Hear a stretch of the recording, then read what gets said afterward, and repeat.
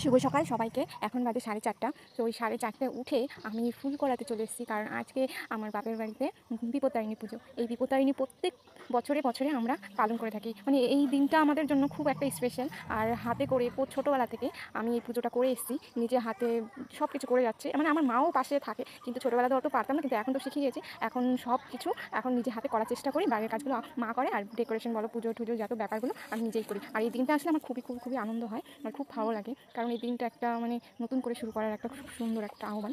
তো কাল ছিল রথযাত্রা, আর আজ হলো বিপত্তারিণী পুজো। আর দেখো এখানটায় অনেক ধরনের ফুল করে নিয়ে এসেছি। আর পুজোই মানে ফুল ফুল ফল, খুব সুন্দর একটা ভালোবাসা।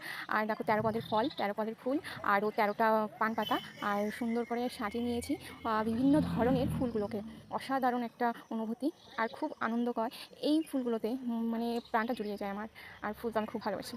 আর দেখো 13 রকমের করে এই আনারস দিয়ে পুজোতে লাগে। আর এই সাদা ফুলগুলোতে আমি খুব সুন্দর করে মালা গেঁথে দিই, কিন্তু এবার করতে পারবো না হয়তো, কারণ টাইম নেই, কারণ সকাল 8টার মধ্যে পুজোটা কমপ্লিট করতে হবে।